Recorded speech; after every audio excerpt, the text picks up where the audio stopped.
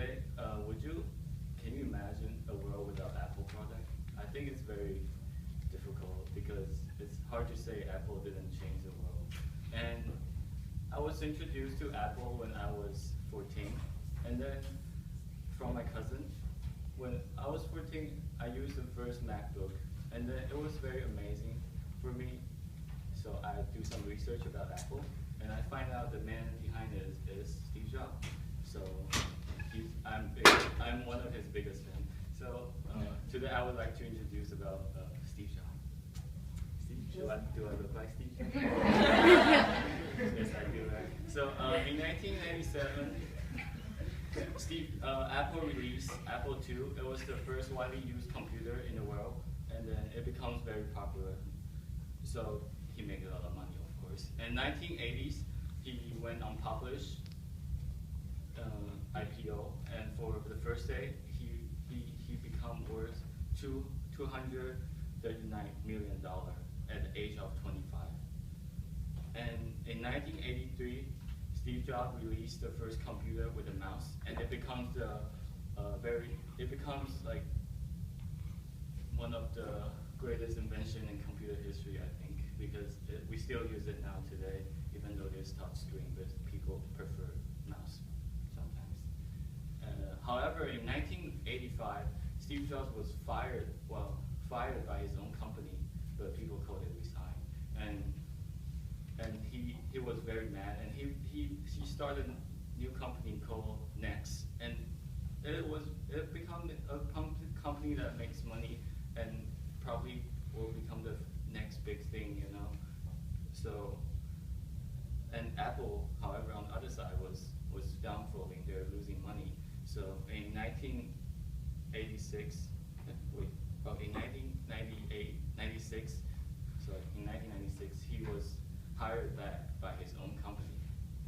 And then also, Steve Jobs had invested his money to Disney, the Pixar company, for $10 million.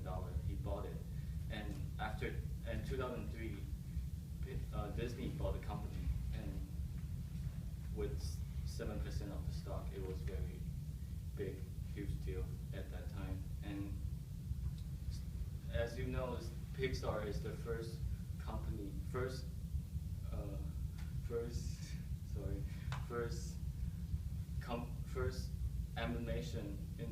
animation studio that released the Toy Story, and it is the first movie only with animations.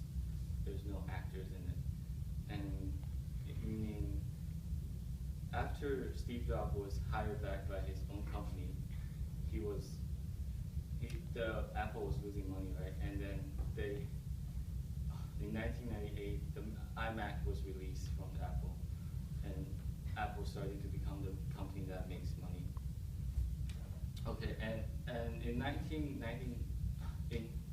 2001, Apple released iPod, and it was very cool, but there's no cell phone technology in it. So in 1997, he released the first iPhone, and he said it's going to change the world because back in the days, the smartphone only have one key on it.